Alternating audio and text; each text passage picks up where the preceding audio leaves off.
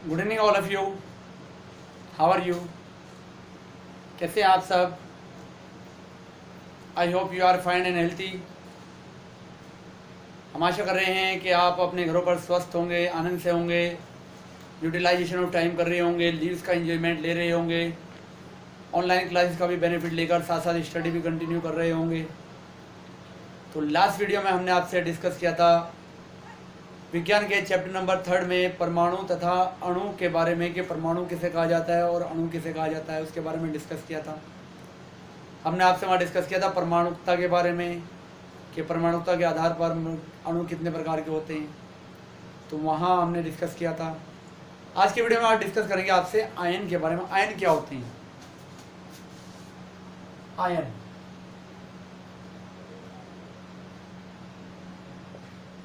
कोई भी आवेशित कण क्या होता है? कोई भी आवेशित कण, आवेशित कण क्या कहलाता है? वो आयन कहलाता है।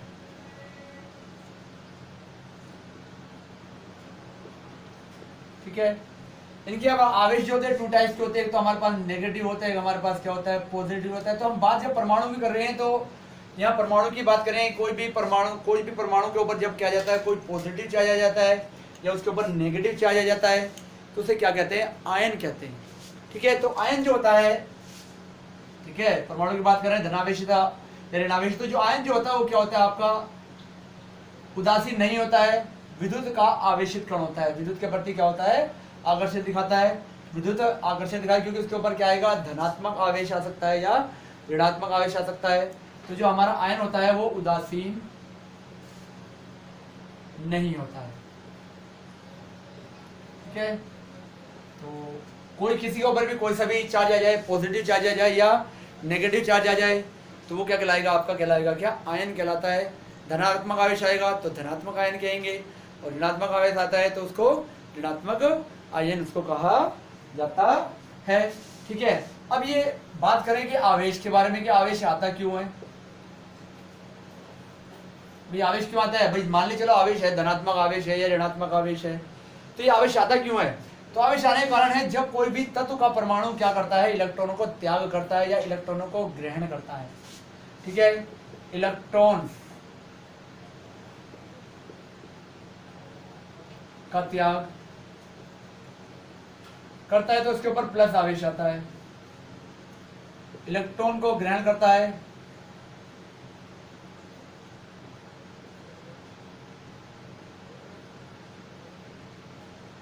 उसके बाद नेगेटिव चार्ज आता है। तो 2 टाइप से क्या आते हैं यहाँ पर चार्ज आते हैं। ठीक है।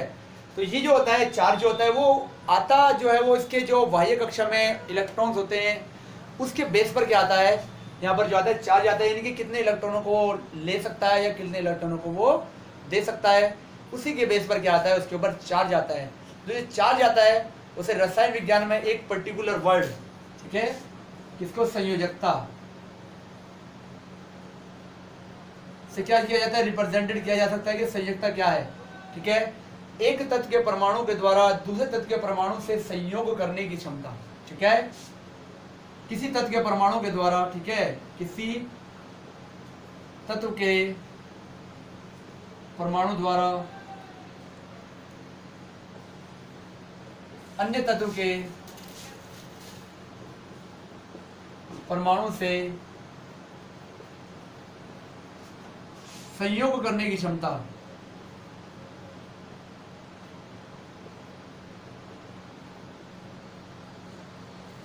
अन्य तत्व के परमाणु से भी हो सकता है या उसी तत्व के परमाणु से भी हो सकता है, दोनों हो सकती है। क्षमता को संयोजकता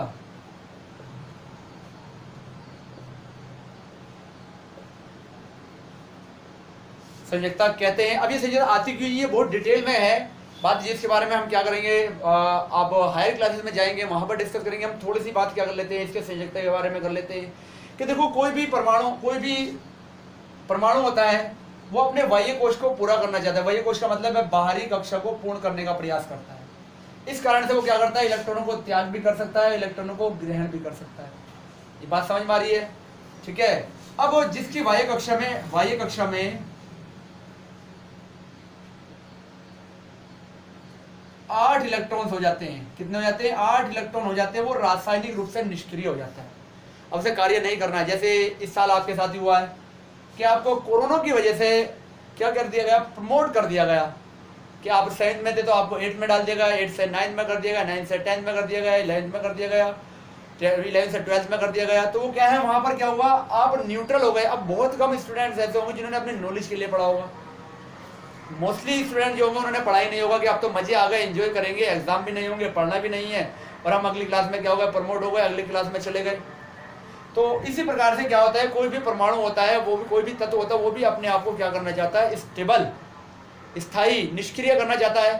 तो निष्क्रिय करने के लिए क्या करता है, वो इलेक्ट्रॉनों का त्याग भी कर सकता है, इलेक्ट्रॉनों को ग्रहण भी कर सकता है। तो 8 इलेक्ट्रॉन करना चाहता है। अब हम बात करें, जैसे हमारे पास हाइड्रोजन है, हाइड्रोजन का परमाणु क्रमांक 1 होता है, हमने आपसे डिस्कस किया था। तो इसकी वायु कक्षा में 1 इलेक्ट्रॉन आ जाएगा, ठीक है। और हीलियम है, इसका 2 होता है, तो इसकी वायु कक्षा में कितने आ जाएंगे, 2 इलेक्ट्रॉन आ जाएंगे। लिथियम होता है, इसकी परमाणु क्रमांक 3 होता है, तो इसकी वायु कक्षा में पहली कक्षा में 2, दूसरी में 1 आ जाएगा। नाइट्रोजन होता है, इसके कितना होता है, 7 होता है, तो पहली कक्षा में 2, दूसरी में 5 आ जाएंगे। तो ये जो आ रहे हैं 1, 2, 1, 5, ये वायु कक्षा के इलेक्ट्रॉन है। इनका जो उपयोग किया जाता है, इनके बेस पर क्या करते हैं, हम इनकी संयुक्तता को ज्ञात करते हैं, ठीक है। क्या करते हैं, संयुक्तता को ज्ञात करते हैं। कैसे करते हैं, मान लिया हम एक क्राइटेरिया लेते हैं कि 4 इलेक्ट्रॉन से अपर वाले या 4 इलेक्ट्रॉन से लोअर वाले। मान लिया क्या है, 3 है, 4 है और 5 है। नहीं क्या जाए, हम लिख दें 3 है, 2 है और 1 है। यहाँ जाए आपका 5 आ जाए, 6 आ जाए और 7 आ जाए, ये हमने ले लिया। तो अब जिसकी वायु कक्षा में 8 इलेक्ट्रॉन है, जिसकी वायु कक्षा में 3 इलेक्ट्रॉन है, उसको 8 करने हैं। तो 2 रास्ते हैं उसके पास, या तो 5 को ग्रहण करे या 3 का त्याग करे। भाई सीधी बात है ना, 8 करना है, या तो 5 को ग्रहण करे या 3 का त्याग करे। तो अब क्या करेगा, इजी क्या है, 3 को त्याग करना इसके लिए इजी है, 5 को ग्रहण करना मुश्किल है। तो ये जिनके पास 4 से कम इलेक्ट्रॉन होंगे वायु कक्षा में, वो इलेक्ट्रॉन को त्याग करने वाले होंगे। कौन सी प्रवृत्ति के होंगे, त्याग करने वाले, यानी कि उनको पर कैसा चार्ज आएगा, पॉजिटिव चार्ज आएगा। दिखाया ना हमने, इलेक्ट्रॉन को त्याग करने वाले, ठीक है। अब बात करें, ये वायु कक्षा में किसी की 6 इलेक्ट्रॉन है, तो इसके लिए 2 इलेक्ट्रॉन या तो ग्रहण करे या 6 इलेक्ट्रॉनों का त्याग करे। तो इजी क्या है, 2 इलेक्ट्रॉनों को ग्रहण करना इजी है। तो जिनकी वायु कक्षा में 5 से ज्यादा होते हैं, 4 से ज्यादा होते हैं, 5, 6 या 7, वो इलेक्ट्रॉनों को क्या करते हैं, ग्रहण करने की प्रवृत्ति रखते हैं। और ग्रहण करने के कारण से इनके ऊपर कैसा चार्ज आता है, नेगेटिव चार्ज इनके ऊपर आता चला जाता है। तो संयोजकता होती है एक तत्व के परमाणु के द्वारा अन्य तत्व के परमाणु से संयोग करने की जो क्षमता होती है, उसको क्या कहा जाता है, संयोजकता कहा जाता है। ज्ञात करने के लिए बाह्य कक्षा के इलेक्ट्रॉनों का क्या करते हैं, हम प्रयोग करते हैं। बाह्य कक्षा के इलेक्ट्रॉनों के आधार पर कितने इलेक्ट्रॉनों का त्याग होगा, कितने इलेक्ट्रॉनों का ग्रहण होगा, उसके बेस पर हम क्या कर सकते हैं, संयोजकता को ज्ञात कर सकते हैं। अब कोई भी तत्व होता है, वो संयोजकता के बेस पर ही क्या करता है, वर्क करता है, ठीक है। जैसे हमारे क्या है, 2 हाथ हैं, तो हम 2 चीजों को एक साथ पकड़ सकते हैं, मतलब एक समय में, तो हमारी संयोजकता 2 मानी जा सकती है, ठीक है। अब हम बात करें ऑक्टोपस की। ऑक्टोपस की 8 भुजाएं होती हैं। तो 8 भुजाओं में क्या करेगा, मान लिया वो 2 भुजाओं से हमारे 2 हाथ पकड़ लेगा, तो 6 भुजाएं बच जाएंगी। तो 6 भुजाओं का मतलब क्या है कि 3 व्यक्तियों को और पकड़ सकता है। तो एक ऑक्टोपस 4 व्यक्तियों को क्या कर सकता है, पकड़ सकता है। तो उसकी संयोजकता कितनी माने, संयोजकता हो जाएगी ऑक्टोपस की 4, और मानव कितनी हो जाएगी, अगर हम बात करें उसकी हो जाएगी 1, ठीक है। तो अगर हम क्या करें, ऑक्टोपस को क्या मान लें, ऑक्टोपस को मान लें हम O, और मानव को मान लें क्या, हम मानव को मान लें H। तो दोनों के कितने पकड़ सकता है, 4। तो कितना हो जाएगा, अगर हम बात करें यौगिक क्या बनेगा, OH4 क्या होगा, फाउंड हो जाएगा। तो इस प्रकार से क्या होती है, संयोजकता को हम फाउंड कर सकते हैं। संयोजकता के बेस ही क्या होता है, किसी भी कंपाउंड्स का क्या होता है, फॉर्मेशन होती है। अगर संयोजकता आपको नोन नहीं है तो कंपाउंड फाउंड नहीं कर पाएंगे, ठीक है। तो चलिए हम अब कुछ संयोजकता को डिस्कस कर लेते हैं आपसे, कुछ तत्वों की, कुछ आयनों की संयोजकता के बारे में हम क्या करते हैं, थोड़ा सा डिस्कशन कर लेते हैं। जो इम्पोर्टेंट है, ये जो हम आपको लिखवा रहे हैं, इसको जितना जल्दी आप लर्न कर लेंगे उतना ही आपके लिए बेस्ट होगा। क्योंकि जब तक भी आप केमिस्ट्री पढ़ेंगे तो ये बैलेंसी जो है यही रहेगी और आपको यूटिलाइजेशन देती रहेगी किसी भी क्लास में अगर आप केमिस्ट्री पढ़ रहे हैं। तो हम बात करेंगे यहाँ पहले संयोजकता के बारे में, ठीक है। यहाँ लाइन खींच लेते हैं हम। इसके बाद बात करेंगे आयन का नाम।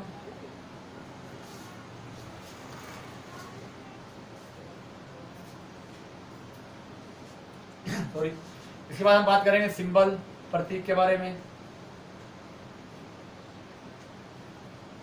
इनकी हमने बात करी पहले एक संयोजकता वाले यूज को। इनके धातु हो सकते हैं, अधातु हो सकते हैं, आयन हो सकते हैं। धातु की बात करें, ठीक है, तो हमारा कौन कौन सा हो सकता है? सोडियम, ठीक है, पोटेशियम, सिल्वर, चांदी, कॉपर, ठीक है। ये क्या हो सकते हैं? हमारे धातु हो सकते हैं। इसे लिखेंगे हम Na प्लस, ये लिखेंगे हम K प्लस, ये लिखेंगे Ag प्लस, ये लिखेंगे आप Cu प्लस। कॉपर को Q प्लस भी कह सकते हैं। प्लस वन में क्या कहा जाता है? Q प्लस, प्लस वन अवस्था में से Q प्लस भी कहा जा सकता है, ठीक है। तो क्या हमारे धातु है। अधातु की बात करें अगर हम, तो अधातु में हमारे पास आ सकते हैं हाइड्रोजन, हाइड्राइड, क्लोराइड, ब्रोमाइड और एटसेट्रा, और भी आ सकते हैं, ऐसे नहीं होंगे आपके, और भी आ सकते हैं। ब्रोमाइड, आयोडाइड, ये आ सकते हैं। हाइड्रोजन हो जाएगा H plus, hydride H minus, chloride Cl minus, bromide Br minus, iodide I minus, ठीक है। कुछ हम बहु परमाणु का के बारे में क्या कर सकते हैं? बात कर सकते हैं बहु परमाणु आयन के बारे में। बहु परमाणु आयन होंगे, उनके बारे में हम क्या कर सकते हैं? बात कर सकते हैं। जैसे अमोनियम, हाइड्रोक्साइड,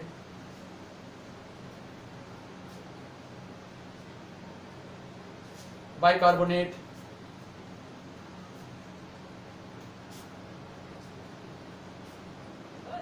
अमोनियम हो जाएगा आपका NH4 प्लस, हाइड्रोक्साइड हो जाएगा OH माइनस, बाइकार्बोनेट हो जाएगा HCO3 माइनस, ठीक है। आपके जिनकी संयोजकता एक है, एक संयोजकता वाले क्या है? आपके कुछ आयन्स हैं, कुछ धातु हैं, कुछ क्या है? धातु हैं, और कुछ क्या आपके बहु परमाणु आयन है।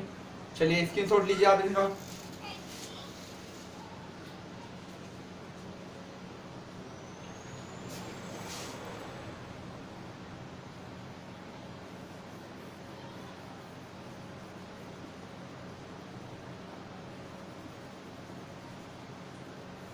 चलिए हम बात करते हैं आप कुछ ऐसे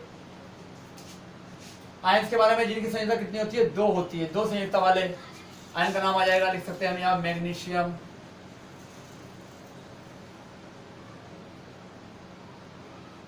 ठीक है, आ जाएगा आपका कैल्शियम,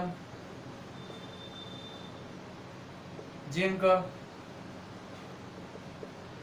कॉपर, क्यूप्रिक हो जाएगा यहाँ पर अब आपका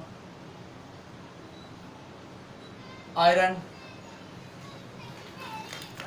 फेरस कहेंगे यहाँ पर इसे, ठीक है। क्या आपके सारे धातु हैं, ठीक है। तो लिख सकते हैं हम यहाँ Mg+2, Ca+2, Zn+2, Cu+2, 2+, iron Fe2+, ठीक है।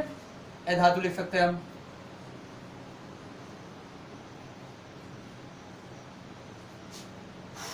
कौन लिख सकते हैं? ऑक्साइड, सल्फाइड,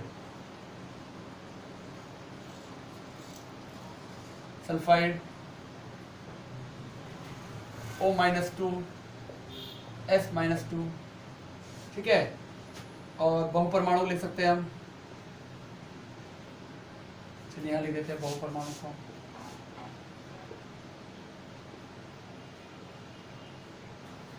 ठीक है। लिख देते हैं हम carbonate, CO3-2, sulphate, SO4 -2 sulphide, SO3 2- sulphide, S2-, ठीक है, एटसेट्रा। ठीक है, आपके बहु परमाणु को आयन से। ठीक है, इसके बाद 3 संयोजकता वाले की बात कर सकते हैं हम, जिनकी संयोजकता 3 होती है, तो बहुत ज़्यादा नहीं है। ठीक है, बहुत थोड़ी ही है। तो धातु की बात करें हम, एल्यूमिनियम,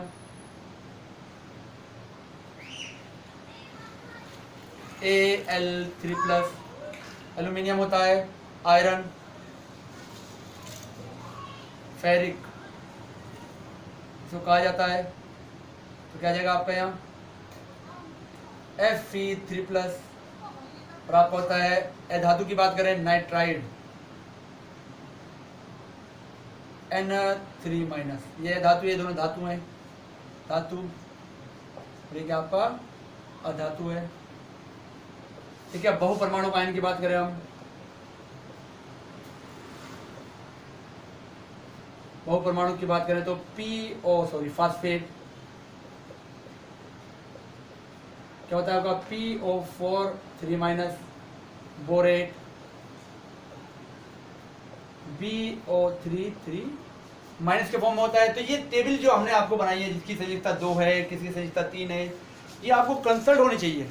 अच्छा, याद करने का कोई सिंपल सा मेथड ही है, आप एक बार लर्न कर ले, 2 बार लर्न करें तो याद हो जाएंगे, बट इजी वे में जब याद होंगे जब आप इन्हें बार बार यूज़ करेंगे। ठीक है, किसी के साथ किसका एडिशन होगा, जुड़ रहा है, तो ऑटोमेटिकली क्या होंगे, आपको लर्न हो जाएंगे। और इनके बिना आप क्या करेंगे, कंपाउंड फाउंड नहीं कर सकते, क्योंकि जो केमिकल फॉर्मूलाज लिखा जाएगा, रासायनिक सूत्र जो लिखा जाएगा, वो वैलेंसी के बेस ही लिखा जाता है। अगर वैलेंसी आपको नोन नहीं है तो वैलेंसी के बिना आप क्या कर सकते हैं, किसी का भी केमिकल फॉर्मूला क्या करेंगे, लिख नहीं पाएंगे। चलिए स्क्रीनशॉट लीजिए आप इसका।